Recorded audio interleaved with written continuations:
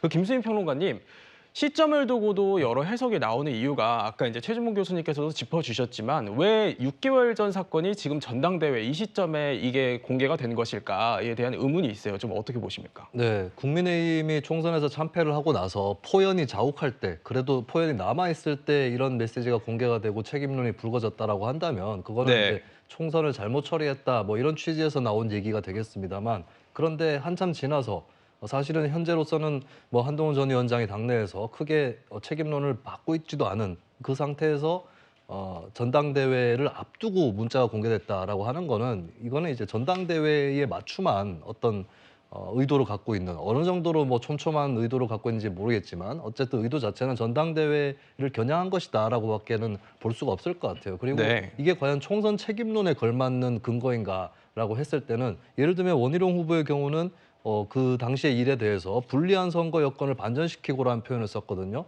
그런데 1월 19일, 1월 20일 뭐 이런 1월 하순 때를 보면 그때 국민의힘이 민주당에 비해서 특별히 지지율이 처지는 편은 아니었습니다. 사실 이번 총선이 명확하게 우열이 엇갈리게 된 거는 나중에 소위 얘기하는 런종섭 논란이라든지 대파 논란, 이렇게 한 3월 들어와서 일어난 네. 일이거든요. 그때 불리한 선거 여건을 반전시킨다, 이 말은 맞지는 않는 말이에요. 그걸 봤을 때는 더더군다나 이게 총선 책임론에 대한 그런 그 근거로 제시된 것이 아니라 결국에는 이건 것 같아요.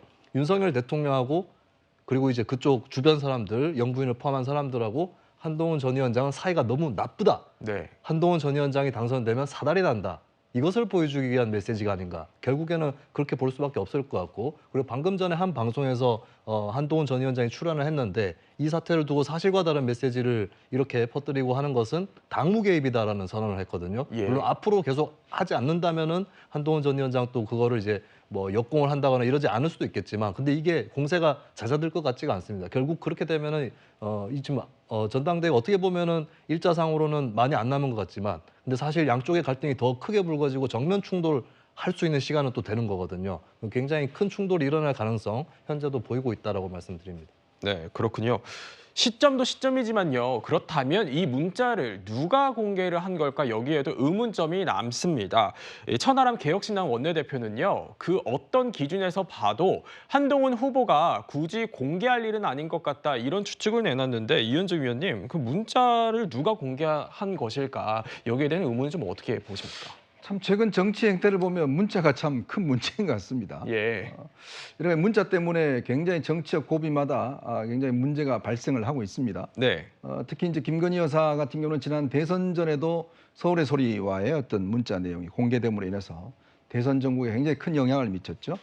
그리고 최근에 또 이 최재형 목사와 관련된 문자 메시지도 된 것 같습니다.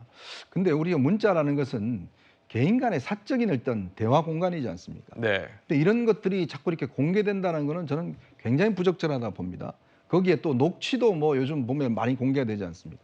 이게 사적으로 녹취한 건데 그거를 공개를 해서 최근에 뭐 이철규 의원과 배현진 의원 간의 뭐 이 녹취도 공개가 됐습니다만은 자꾸 그런 게 정치의 중심에 내려지면 이거는 제가 볼 때는 신뢰 관계가 이제 없어지는 거예요. 네. 뭐 어떻게 소통하겠습니까? 뭐 이런 방식으로 예를 들어서 불쑥불쑥 뭐 녹취나 나 문자 내용 아니 제가 해서 누구한테 보냈는데 그걸 누가 막 이렇게 공개해버리고 한다 그러면 누가 믿고 이거를 대화를 하겠습니까? 그러니까 이거 자체는 굉장히 부적절한데 지금 이 단계에서 자 보면 일단 이거는 한동훈 후보와 김건희 여사 두 사람 간의 관계에서 말하는 문자예요. 근데 아까도 천하람 의원도 이야기했지만 지금 한동훈 후보가 이걸 공개할 일은 저는 별로 없을 것 같아요. 근데 그렇다면 이제 아마 제가 듣기로는 김건희 여사가 이와 관련된 문자를 자기의 어떤 사과의 뜻을 가지고 있다는 것을 당내에 있는 친윤 몇몇 의원들에게 하소연을 하면서 나는 솔직히 이제 뭐 사과할 뜻도 있었다. 네. 근데 실제로 나는 이런 문자 메시지를 보낸 바도 있다. 한동훈 위원장의 후보의 뜻을 전달했다라고 하면서 그거야 근거로 저는 전달한 걸로 알고 있습니다. 그 중에 한 분이 이 문자를 좀 전에 우리가 방송에 이야기했던 CBS 논설 실장에게 전달을 했고 그렇게 방송된 걸로 저는 추정하고 있습니다. 예. 그렇다면 이거는 뭔가 현재 어떤 상황 자체를 봐서 상황을 뭔가 이용하기 위한 저는 의도라고 비춰져요.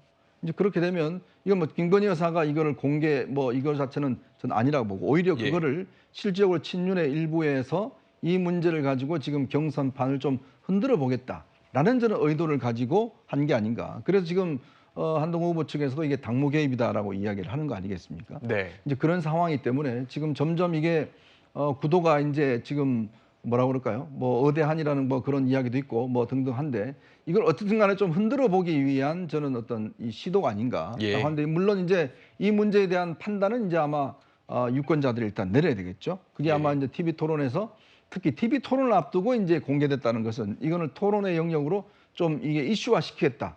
그런 뭐 저는 의도가 솔직히 숨어 있는 게 아닌가 그런 네. 생각이 듭니다. 네, 문자 경위와 관련해서는 이 위원님의 개인적인 추정으로 가름을 하겠고요. 그렇다면 두 가지 이슈가 계속해서 거론이 되는데 왜 이 시점에 문자가 공개됐을까? 또 그리고 누가 공개했을까인데 당사자인 한동훈 후보는 어떤 생각을 하고 있을까요? 한번 들어보시죠.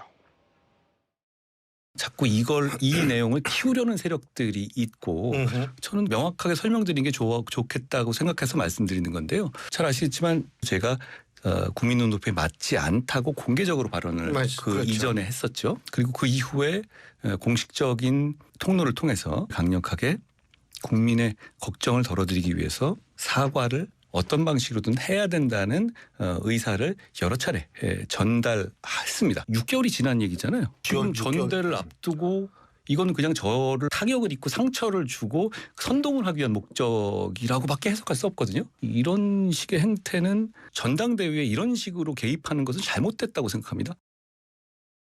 네, 이종국 평론가님. 네. 이런 가운데 잠시 뒤죠. 나경원, 원희룡, 윤상현, 한동훈 이 네 후보가 원외 당협위원장들과 릴레이로 타운홀 미팅을 가질 예정이라고 해요.